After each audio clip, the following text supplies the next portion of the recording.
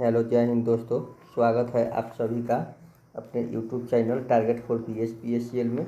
जी हाँ, आज हम लोग सेट नंबर 106 बनाएंगे। कल दीपावली थी इसलिए कल सेट नहीं बना पाए आप लोगों के लिए।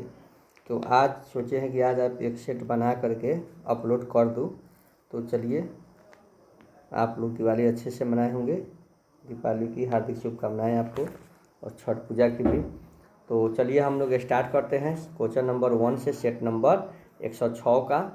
तो आइए हम लोग यहाँ देखते हैं क्वेश्चन नंबर 1 क्या कह रहा है। तो क्वेश्चन नंबर 1 जो है रीजनिंग सेक्शन से है। तो जैसे कह रहा है यहाँ पे मछली घर में तो पक्षी कहाँ रहती है। तो पक्षी जो रहती है आपका पक्षी साल में रहती है। कहाँ रहती है? पक्षी साल में रहती है। चलिए हम लोग देखते हैं क्वेश्चन नंबर 2। कलर थोड़ा चेंज कर देते हैं। तो यहाँ पे हम लोग देखते हैं 2 नंबर क्वेश्चन क्या कह रहा है कि भारतनाट्यम तमिलनाडु से संबंधित है। भारतनाट्यम जो है तमिलनाडु से संबंधित है। तो कुचिपुड़ी किससे संबंधित है? तो कुचिपुड़ी जो है आपका कुचिपुड़ी केरल, कुचिपुड़ी आंध्र प्रदेश। डी में क्या है? सी ऑप्शन है। कुचिपुड़ी किससे संबंधित है? तो ये डी हो जाएगा, यानी कि ऑप्शन नंबर सी इसमें का हो जाएगा, आंध्र प्रदेश से। तो आगे देखते हैं क्वेश्चन नंबर 3 देखते हैं। एक ही पासे के 3 पहलू है। तो स्टार के सामने जो है क्या होगा? स्टार के सामने कौन सी होगी? तो देखेंगे कि स्टार कहाँ पे है। तो स्टार यहाँ पे है, तो आई और डॉलर नहीं होगा। यानी कि ये और ये नहीं होगा। तो अब हम देखेंगे कि प्लस और आईडी रेट में क्या होना चाहिए। तो प्लस और आईडी रेट में जो होगा आपका प्लस ही होना चाहिए। तो चलिए हम आगे देखते हैं क्वेश्चन नंबर 4 की तरफ देखते हैं। तो यहाँ पे हम लोग चिन्ह बदल के चेक कर लेना है कि क्या होगा। और यहाँ पे 8 है तो क्या होना चाहिए? 4। तो देखिए 4 आंसर है, यानी कि 3 + 8। तो ऐसे नहीं होगा। तो यहाँ पे अंक भी चेंज करना है। तो अंक चेंज करने के लिए हम लोग ऑप्शन नंबर डी का यूज़ करेंगे। डी से आप लोग भी चेंज कर लीजिएगा। तो 3 के जगह पे हम लोग क्या करेंगे? 3 की जगह पे 5 करेंगे और प्लस की जगह पे माइनस करेंगे। ठीक है। और यहाँ पे 3 करेंगे, माइनस की जगह पे प्लस करेंगे और 2 करेंगे। तो ये कितना हो जाएगा? 2 + 2 = 4। इसीलिए ऑप्शन नंबर डी हमारा आंसर हो जाएगा। यहाँ पे ब्लड रिलेशन में कह रहा है कि एक्स जो है वाई का भाई है। एक्स जो है वाई का क्या है? भाई है। जेड जो है वाई की पत्नी है। जेड जो है वाई की क्या है? पत्नी है। एफ जो है एक्स का पिता है। ई जो है जेड का पुत्र है। ई है क्या है? जेड का पुत्र है। तो ई एफ से किस प्रकार संबंधित है? ई एफ से पोता से संबंधित है, यानी कि ऑप्शन नंबर डी यानी कि इसमें का पौत्र मतलब पोता से संबंधित है। इस श्रृंखला में विलुप्त संख्या को छांटना है। तो देखेंगे यहाँ पे विलुप्त संख्या क्या है। तो विलुप्त संख्या देखेंगे यहाँ पे आपका 3 दूनी 6, 1 - 5 दूनी 10, 1 - 9 दूनी 18, 1 - 17, 17 दूनी 34, 1 - 17 यहाँ पे होगा। तो 17 हम लोग देखते हैं कि किस ऑप्शन। इसका आंसर हो जाएगा दोस्तों 17। क्या हो जाएगा? 17 हो जाएगा। 6 का आंसर हो जाएगा ऑप्शन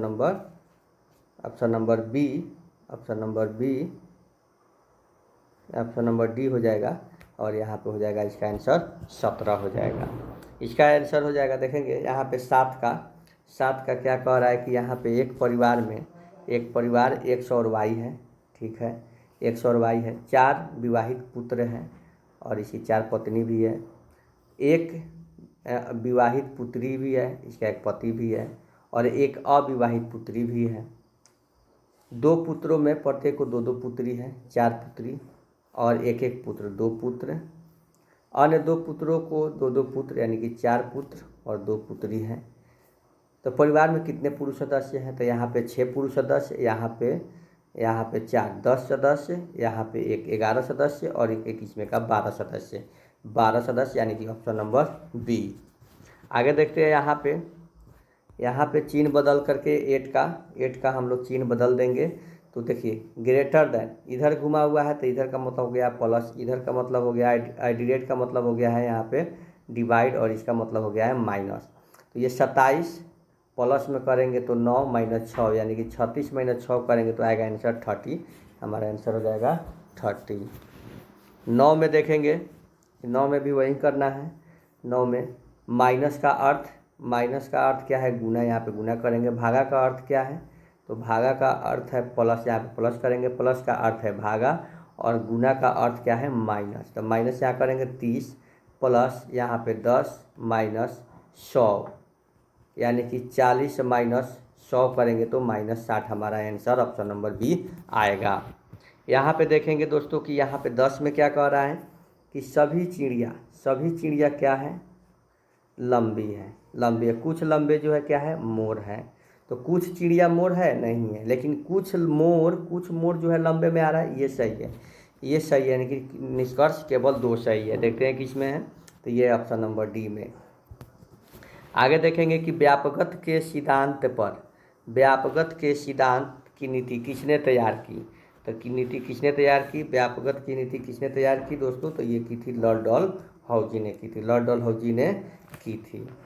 आगे देखेंगे ऑप्शन क्वेश्चन नंबर 12, लोकसभा एक वित्तीय वर्ष लंबित मतदान में भाग लेने के लिए अनुमानित व्यय के लिए अनुदान को क्या कहा जाता है। तो इसे जो है लेखानुदान कहा जाता है। क्या कहा जाता है, लेखानुदान। गोदावरी नदी किस राज्य से होकर नहीं गुजरती है। तो गोदावरी नदी जो है दोस्तों महाराष्ट्र से गुजरती है, गुजरात से भी गुजरती है, गुजरात से नहीं गुजरती है, छत्तीसगढ़ से गुजरती है, आंध्र प्रदेश से गुजरती है, यानी कि ऑप्शन नंबर डी जो है हमारा सही हो जाएगा। आगे देखते हैं, कह रहा है कि ज़्यादातर डैश नदियों दो एवं समुद्रों की लहरों के द्वारा जमा की गई रेत और तलछट से बनी होती है। तो क्या बनी होती है, तो ये बनी होती है जलोढ़ मिट्टी। जलोढ़ मिट्टी आपको पता ही है कि नदी और समुद्र के लहरों द्वारा बहा कर लाई जाती है। यहाँ पे कह रहा है कि निम्नलिखित में से कौन सा राज्य स्वराज पार्टी के संस्थापक में से एक थे। तो कौन स्वराज पार्टी के संस्थापक में से एक थे, तो स्वराज पार्टी के संस्थापक आपको पता था कि मोतीलाल नेहरू थे। तो मोतीलाल नेहरू यानी कि ऑप्शन नंबर ए में है, तो ऑप्शन नंबर ए आंसर हो जाएगा। यहाँ पे कह रहा है साथियों कि कौन से यूरोपीय देश ने सबसे पहले बैंक नोटों को जारी किया था और हाल ही में दुनिया का पहला नोट रहित कैशलेस देश बनने के लिए चर्चा में था। कैशलेस देश भी बन गया, तो ये था आपका ये था आपका यहाँ पे क्या हो जाएगा, ऑप्शन नंबर ए आंसर हो जाएगा आपका स्वीडन। क्या था, स्वीडन जो है इसका आंसर हो जाएगा प्यारे साथियों।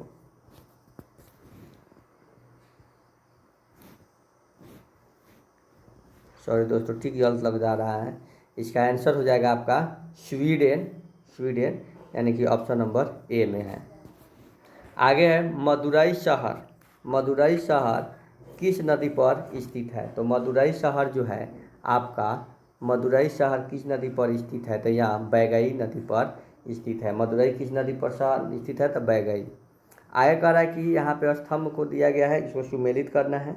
इसको सुमेलित करने के लिए हम लोग देखेंगे कि क्या है, यहाँ पे हम लोग देखेंगे साथियों क्या कह रहा है कि देखिए यहाँ पे कह रहा है कि स्तंभ मिलाना है। तत्व मीमांसा के लेखक आपको तत्व मीमांसा किससे संबंधित है, तो ये आपको पता ही होगा कि ये जो है आपका एक का यथार्थवाद से, यानी कि एक का आपका 2 हो जाएगा।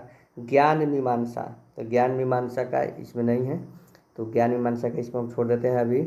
यहाँ पर देखो प्रणाली विज्ञान का हो जाएगा अस्तित्ववाद से, यानी कि 3 का हो जाएगा 1 हो जाएगा।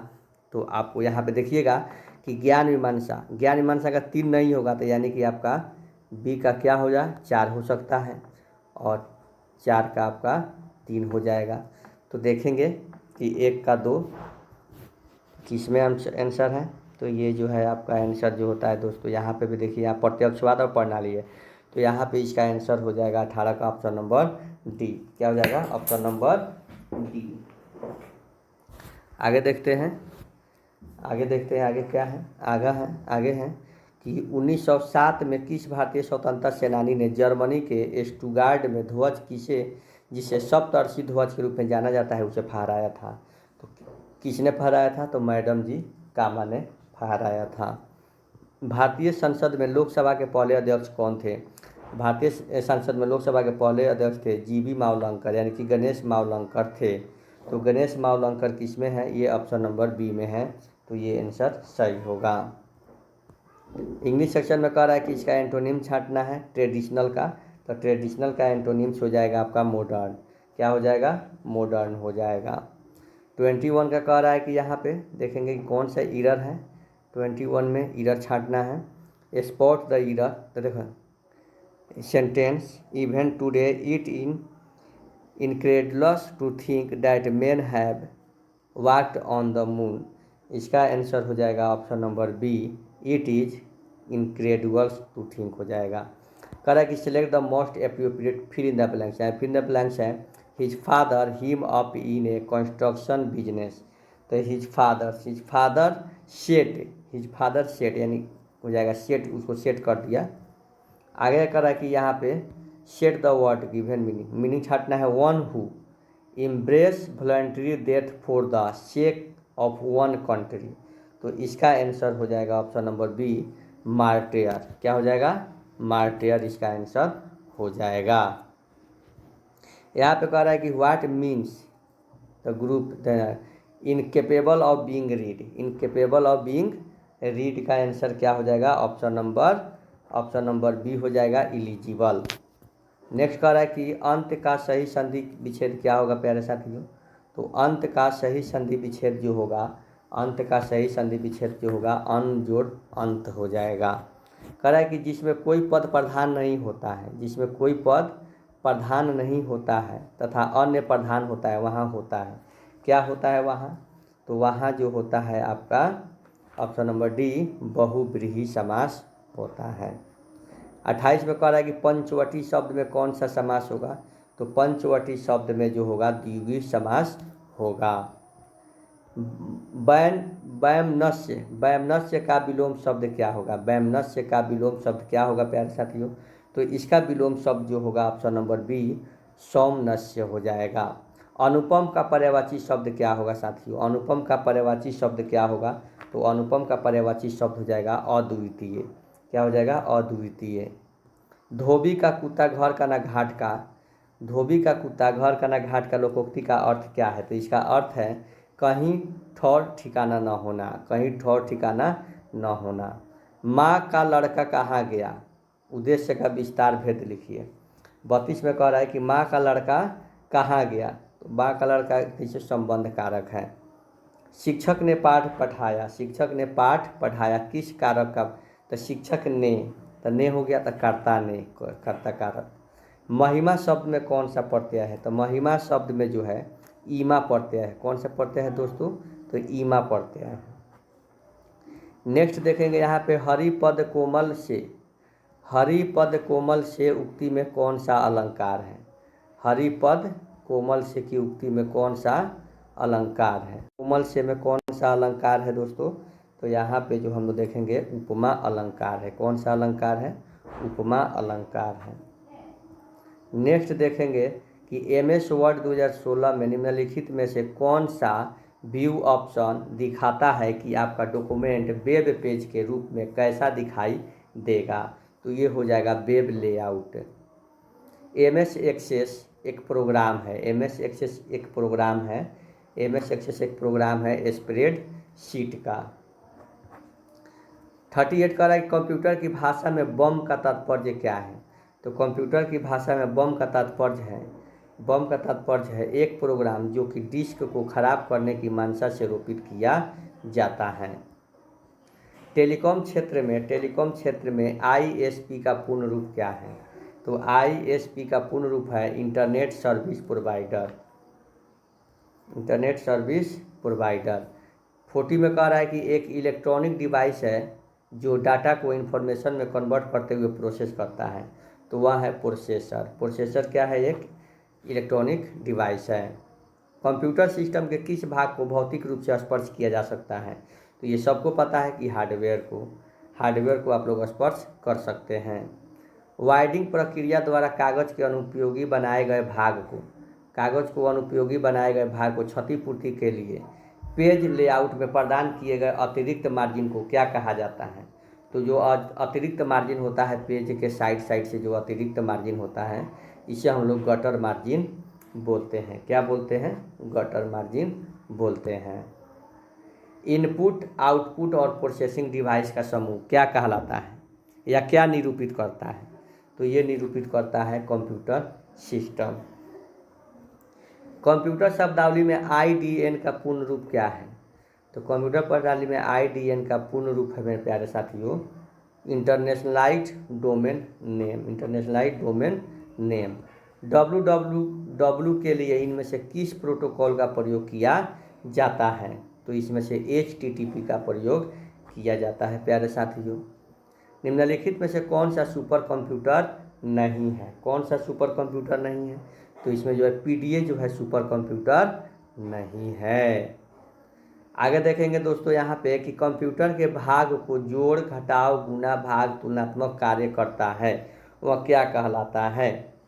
तो वह जो है आपका option number A arithmetic and logical unit कहलाता है। ठीक है। 48 कह रहा है कि निम्नलिखित विकल्पों में से उस यूजर इंटरफेस एलिमेंट की पहचान करें जो एक छोटे टिमटिमाते हुए प्रतीक या एक तीर के रूप में डेस्कटॉप पर मौजूद होता है। तो उसे हम लोग क्या कहते हैं? तो उसे हम लोग कर्सर कहते हैं। कर्सर कहते हैं, जो हमेशा कीबोर्ड पर ऐसे घूमते रहता है।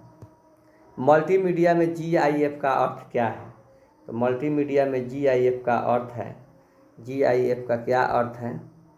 तो GIF का अर्थ होता है आपका graphical interchange format. URL http://d2h.com/login.php में कौन सा घटक वेब पेज के साथ की पहचान करता है? तो ये हो जाएगा option number B login ratio PHP। अब आता है टेक्निकल सेक्शन में, तो कौन सा सिस्टम DC ट्रांसमिशन सिस्टम नहीं है? तो कौन सा सिस्टम जो है DC ट्रांसमिशन सिस्टम नहीं है? तो ये है DC 4 तार प्रणाली। सब स्टेशन से वितरण के लिए आपूर्ति में 2 वायर या 2 का 3 तार, तो क्या होगा इसका आंसर? तो इसका आंसर हो जाएगा DC। ये DC आपूर्ति में होता है। क्या होता है? DC आपूर्ति में होता है। अप स्टेशन में निम्नलिखित में कौन सा घटक शक्ति गुणांक सुधारने के लिए प्रतिक्रियात्मक शक्ति प्रदान करता है? तो कौन सा?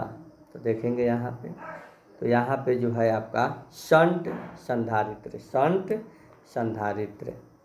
निम्नलिखित में से क्या किसी प्रेषण लाइन में श्रेणी क्रम में जुड़े संधारित्रों से संबंधित है? तो ये है उपतुल्यकी अनुनाद का निर्माण। भूमिगत केबल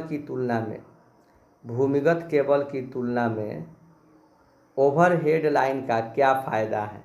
तो ओवरहेड लाइन का जो है आपका क्या फ़ायदा है? तो ये दोषों का आसानी से पता लगाया जा सकता है। भूमिगत केबल की इंसुलेशन सामग्री ऐसी होनी चाहिए जो हवा या मिट्टी से नमी को अवशोषित न करे। यह विशेषता क्या कहलाती है? तो यह विशेषता जो है गैर 57 में 57 में कहा कि 3 फेज सिस्टम में क्या होता है? तो 3 फेज सिस्टम में होता है दोस्तों यहाँ पे कि 3 कुंडलियों में ये भेज प्रेरित होते हैं जो सभी मामलों में समान होते हैं, सिवाय इसके कि वे एक दूसरे से 120 डिग्री टाइम फेज से बाहर होते हैं। तो ये हो जाएगा आपका 57 का ऑप्शन नंबर C। 58 कह रहा है कि एक समान रीडिंग दिखाने वाले 2 वोल्टमीटर के 3 फेज पावर मेजरमेंट में शक्ति गुणांक क्या है? तो इसका शक्ति गुणांक जो है आपका ऑप्शन नंबर B है, 1 है। धारा प्रवाह के परंपरागत सिद्धांत के अनुसार धारा प्रवाहित होती है। किसमें होती है धारा प्रवाहित? तो ये होती है धनाग्र से ऋणाग्र की ओर, यानी कि धन से ऋण की ओर। 2 बराबर प्रतिरोधक श्रृंखला से जुड़े हुए उनका कुल प्रतिरोध 800 ओम है। यदि वे समानांतर में जुड़े हो तो कुल प्रतिरोध क्या होगा। तो समानांतर में जुड़े होंगे तो कुल प्रतिरोध इनका क्या हो जाएगा प्यारे साथियों, तो इनका कुल प्रतिरोध जो हो जाएगा 200 हो जाएगा। क्या हो जाएगा, 200 हो जाएगा। यदि लाइव तार धातु की केसिंग के संपर्क में आता है तो अतिरिक्त धारा कहाँ स्थानांतरित होती है, तो अतिरिक्त धारा जो है भू संपर्क तार में स्थानांतरित हो जाती है। एक डीसी जनरेटर की आर्मेचर वाइंडिंग में प्रेरित ईएमएफ कैसी होती है, तो इस एसी होती है। कैसी होती है, एसी होती है। नेक्स्ट है मेरे प्यारे साथियों, डीसी जनरेटर में प्रेरित ईएमएफ ई ज्ञात करने के सूत्र क्या है, तो इसका सूत्र है ई बराबर, तो ये ऑप्शन नंबर सी जो है इसका सूत्र है। एक 2 पोल लैंप वाइंडिंग डीसी मशीन में एक चालक का प्रतिरोध 2 ओम है और एक चालक की कुल संख्या 100 है, तो आर्मेचर का कुल प्रतिरोध क्या होगा, तो आर्मेचर का कुल प्रतिरोध जो हो जाएगा मेरे प्यारे साथियों ऑप्शन नंबर सी हो जाएगा 100/2। किसी नियम के अनुसार एक डीसी मोटर में विरोधी विद्युत वाहक बल अनुप्रयुक्त वोल्टता का विरोध करता है, तो कौन सा नियम है, तो वो नियम है लेंज का नियम। कौन सा नियम, तो लेंज का नियम। एक shunt DC machine 1500 RPM 250 volt का एसी ईएमएफ विकसित करती है। 50 एम्पीयर की आर्मेचर धारा के लिए बल आघूर्ण और विकसित यांत्रिक शक्ति ज्ञात करें, तो इसका यांत्रिक शक्ति क्या हो जाएगा, तो इसका यांत्रिक शक्ति, इसका शक्ति हो जाएगा 12.5 kV और बल आघूर्ण हो जाएगा 79.6 नैनोमीटर। यहाँ पे कह रहा है कि 67 में कि सीरीज मोटर की गति बैक ईएमएफ के साथ सीधे अनुपातिक होती है और फ्लक्स के साथ व्युत्क्रमानुपाती होती है।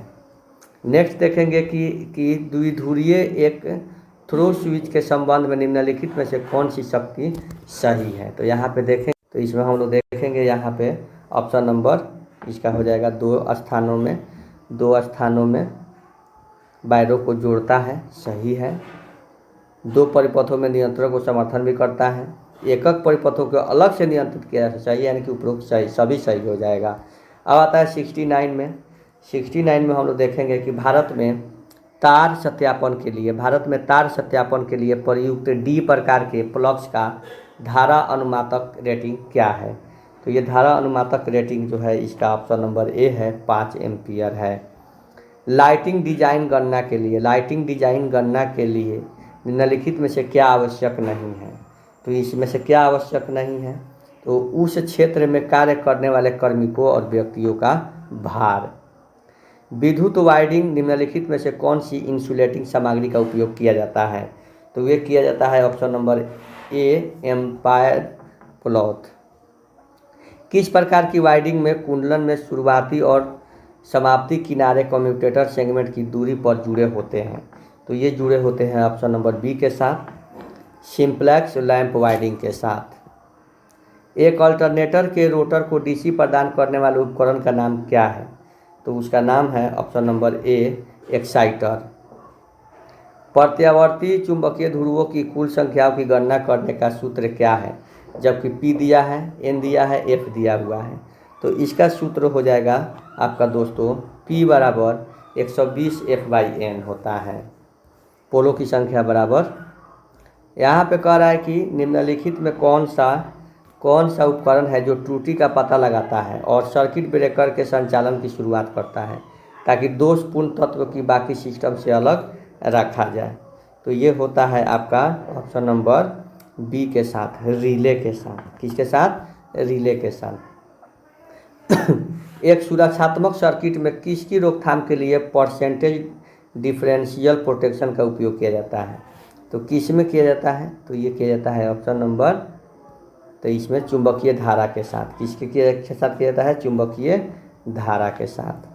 सल्फर हेक्साफ्लोराइड परिपथ वियोजक के संबंध में निम्न में से कौन सा कथन सत्य है प्यारे साथियों, तो कौन सा कथन सत्य है, तो यह हवा की तुलना में SF6 गैस की पारावैद्युत सामर्थ्य बहुत अच्छी होती है। नेक्स्ट है 1000 वाट शक्ति और 220 वोल्टता के लिए फ्यूज अनुमातक रेटिंग की गणना करें, तो ये हो जाएगा आपका ऑप्शन नंबर बी 5.67 एम्पियर। विद्युत सुरक्षा नियमों के संदर्भ में निम्नलिखित में से गलत कथन का चयन करें। गलत कथन कौन है इसमें से? तो परिपथ स्विच बंद करने के बाद ही फ्यूज को बदले या निकालें। समस्या निवारण के दौरान अनावृत चालकों को स्पर्श करें, ये एकदम गलत है। समस्या क्या कह रहा है कि कौन सा कथन गलत कथन, ये एकदम गलत है। समस्या निवारण के दौरान हम अनावृत चालक को कैसे स्पर्श करेंगे? नहीं करेंगे। तो यही हमारा आंसर हो जाएगा ऑप्शन नंबर बी। प्राथमिक चिकित्सक के मामले में एबीसी प्रणाली के प्रारंभिक आधारअक्षरों का पूरा नाम क्या है? तो इसका पूरा नाम है वायुमार्ग। क्या है? वायुमार्ग, श्वसन, परिसंचरण। ल्यूमिन्स फ्लक्स निम्नलिखित तरंगों में से किस तरंग से लगातार निकलने वाली ऊर्जा है?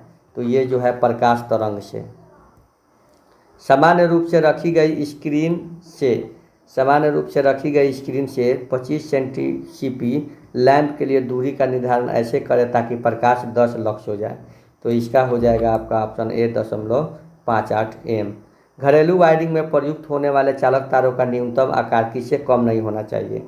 तो इसका आकार जो है एल्यूमिनियम में 1.5 mm से कम नहीं होना चाहिए। गैस टरबाइन पावर प्लांट आमतौर पर किसकी पूर्ति के लिए प्रयुक्त है? तो किसकी पूर्ति के लिए प्रयुक्त है? तो यहाँ पे देखेंगे कि किसकी पूर्ति के लिए प्रयुक्त है। तो ये जो है पीक लोड के पूर्ति के लिए प्रयुक्त है। ऑप्शन नंबर क्वेश्चन नंबर 85 कह रहा है कि उपलब्ध शीर्ष के अनुसार इनमें से किस प्रकार का षड्यंत्र पनबिजली का वर्गीकरण करता है? तो कौन है? तो ये है निम्न दाब उच्चता षड्यंत्र। प्रोत्कर्षों के मामले में निम्नलिखित में से कौन सी युक्ति सप्लाई को रोक देती है? तो कौन सी युक्ति? तो श्रेणी रिएक्टर। एक सौर ऊर्जा स्तंभ में किसके द्वारा परावर्तित संकेंद्रित सौर ऊर्जा प्राप्त करने के लिए स्तंभ के शीर्ष पर एक केंद्रीय अभिग्राही लगा होता है? तो ये हो जाता है आपका ऑप्शन नंबर सी सौर स्थिरदर्शी हीलियोस्टैट। 88 में कह रहा है कि किसी एकल फेज प्रेरण मोटर में यदि टीएफ अग्रगामी बला घूर्ण है और टीबी पश्चगामी बला घूर्ण है तो परिणामी बला घूर्ण यानी कि टी क्या है? तो ये है टी बराबर TF minus TB. Single phase motor में सेंट्रीफ्यूगल स्विच का क्या काम है? तो सेंट्रीफ्यूगल कैसा है? मोटर जब 75% गति पकड़ ले तो जब प्रारंभिक कुंडलन को अलग करना हो तो इसका उपयोग किया जाता है, यानी कि ऑप्शन नंबर बी इसका काम है। समान बल घूर्ण विकसित करने के लिए एक फेजी मोटर का पीएफ 3 फेजी मोटर की तुलना में क्या होगा? तो 3 फेजी मोटर की तुलना में जो होगा कम होगा।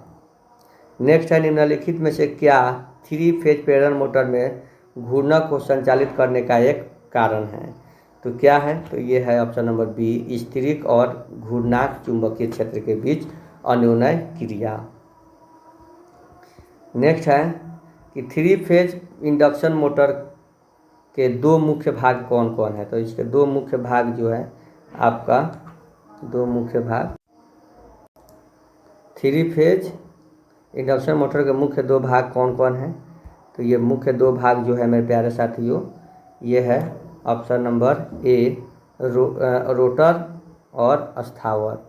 यहाँ पे कह रहा है कि रीवाइंडिंग के बाद जब एक ट्रांसफार्मर वाइंडिंग ठीक दिखती है लेकिन इंसुलेशन प्रतिरोध अपेक्षित मान से कम होता है, ऐसा निम्न में से किसके कारण होता है? तो ये जो होता है आपका ये जो होता है आपका ऑप्शन नंबर बी वाइंडिंग में नमी के कारण। ट्रांसफार्मर की रेटिंग की इकाई क्या होती है? तो ट्रांसफार्मर की रेटिंग की इकाई होती है आपका केवीए। ट्रांसफार्मर की रेटिंग की इकाई होती है केवी। 95 में कह रहा है कि एक परिणामित 200 बर्तन प्राथमिक वाइंडिंग में यदि वाइंडिंग में जो 40 वोल्ट का वोल्टेज दिया जाता है अधिकतम अभिभाव 5 MWV तो दी गई वोल्टा की आवृत्ति कितनी होगी? तो दी गई वोल्टा की आवृत्ति हो जाएगी 54 हर्ट्ज हो जाएगी। नेक्स्ट है 96 का। यहाँ पे देखेंगे कि ट्रांसफार्मरों पर नो लोड परीक्षण क्या निश्चित करने के लिए किया जाता है? तो ये मैग्नेटाइट करंट और आयरन क्षति ये दोनों को करने के लिए किया जाता है। अर्ध कुंडली संयोजन में 28 स्लॉट, 14 पोल और 14 कुंडलियों वाले छत पंखे के लिए स्लॉट दूरी की गणना क्या होगी? तो स्लॉट दूरी की गणना जो हो जाएगी आपका 90 डिग्री हो जाएगी। एक संचरण लाइन में उपकेंद्र पर 3 फेज ट्रांसफार्मर का कौन सा कनेक्शन किया जाता है? तो ये जो किया जाता है आपका option number C, delta connection किया जाता है। लाइटिंग डिजाइन गणना के लिए निम्नलिखित में से क्या आवश्यक नहीं है? तो ये जो है आपका कृत्रिम प्रकाश का क्षेत्र आवश्यकता अध्ययन नहीं है। क्या नहीं है? सॉरी, इसका आंसर हो जाएगा ऑप्शन नंबर ए होगा। उस क्षेत्र में कार्य करने वाले कार्मिकों और व्यक्तियों का भार। लाइटिंग डिजाइन करने के लिए क्या आवश्यक नहीं है? तो उस क्षेत्र में कार्य करने वाले कार्मिकों और व्यक्तियों का भार नहीं है, यही इसका आंसर होगा। और इसी के साथ आज का ये सेशन समाप्त भी हो रहा है। तो चलिए हम मिलते हैं अगले सेशन में सेट नंबर 107 के साथ।